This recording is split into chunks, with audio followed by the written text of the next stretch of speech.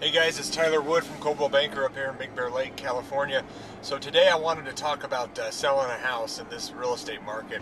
I get a lot of calls from sellers or potential sellers asking about selling, and talking to the call generally goes into what are their options. What are my options in this market?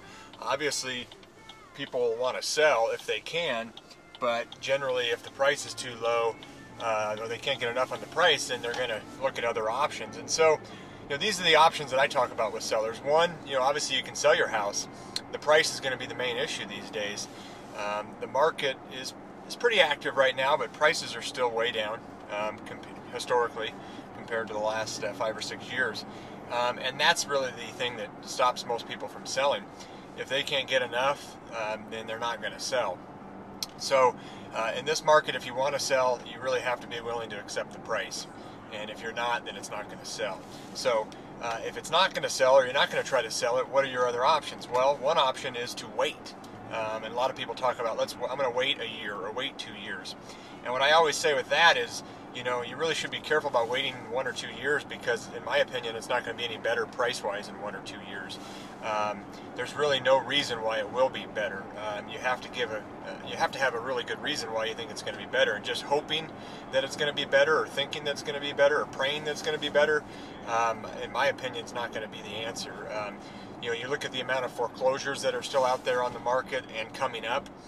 There was a recent article done that I read that said that the number of homes in foreclosure, there's the same amount that are in distress but not in foreclosure, meaning there's a certain amount in foreclosure. There's also the same amount that is not even in the foreclosure pipeline yet but is still in distress. That means those are all, or pretty much 90% or more, are going to be coming down the pipe as well. And when you have those kind of numbers, those kind of figures, it doesn't translate well for a good market, a good pricing market for the next couple of years. So I think 1 to 2 years down the road, prices are going to be very similar to where they are now, if not a little less or maybe a little more, but not going to make up a huge difference if you're looking to sell. So it really makes no sense to hold on to it for 2 years and sell it. So that's one option you could do, is hold on to it. I don't necessarily recommend that. The other option is renting it. You can rent the property out. A lot of people are choosing that option because they can't sell. They don't want to wait a couple years and not make any money on it, so they're renting it, either a full-time rental or a part-time rental. And in Big Bear, we have a lot of part-time rentals. That's definitely something you can do. It is quite saturated, though. There's a lot of properties that people are trying to rent because they can't sell. So you've got a lot of competition in the rental market. You're not going to make a huge amount of money in the rental market for the most part. It may make some of your payments, taxes, utilities, and things like that, but it's not going to be a huge money maker. But in the end, it is a good option for people that can't sell and need the money. Another option is just short sale. Selling for less than what's owed on the property. There's a lot of paperwork with that. There's a lot of red tape and lender red tape that you have to go through. There's some qualifications you have to have as a short sale, but people are doing them, and some are successful. So that's an option for people to do as a short sale. One of the last options is walking away or letting it go to foreclosure. There's more and more of that happening these days. Some strategically, meaning the people just choose to walk away even if they can make the payment, and some because they can't make the payment. And so what I found with that is, people ask me my opinion on it, and it's really a personal decision.